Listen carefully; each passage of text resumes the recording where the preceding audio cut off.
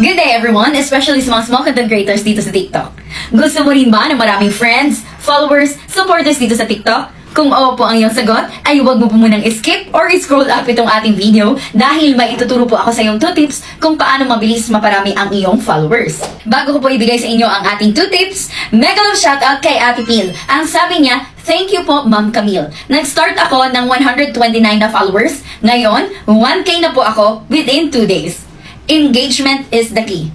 Congratulations po sa iyo Ate Pil, and tama ka po dyan. Proper engagement is the key.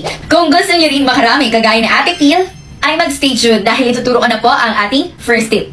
Ang first tip po natin ay ang proper engagement. Kaya tama po doon si Ate Pil sa sinabi niya na proper engagement is the key. Paano nga ba ang proper engagement? Meron lang po akong 6 simple steps on proper engagement na dapat po ninyong gawin dito mismo sa ating video. First, patapusin niyo po itong ating video hanggang dulo. Second, i-follow or kaibiganin mo na po ako. Huwag din kalimutan to hit the notification bell sa ating profile para lagi po kayong updated sa ating latest video contents and live. Third, heart or like this video.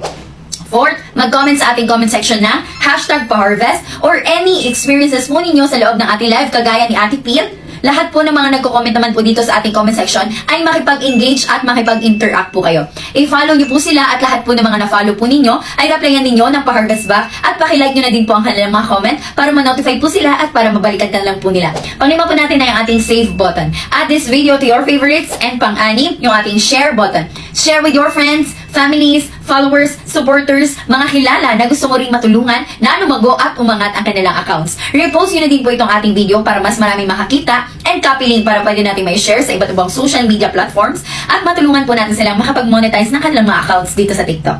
Dumako naman po tayo sa aking second tip dahil dito tayo mas mabilis makapagparami ng followers. Kung nakikita nyo pong nakablink or nakailaw itong aking profile, ang ibig sabihin po noon, naka-live po ako. Pumasok or sumali ka po sa ating live. Bakit po? Kasi marami po tayo doong online and active na mga tao sa loob ng ating live stream, mga viewers, na pwede nyo pong maging kaibigan, maging followers, or maging supporters. Yung mga nasa loob ng ating live ay may time pong maghanap ng maha-harvest po nila, magiging kaibigan, magiging followers, or magiging supporters. Kaya magiging organic po ang inyong mga followers.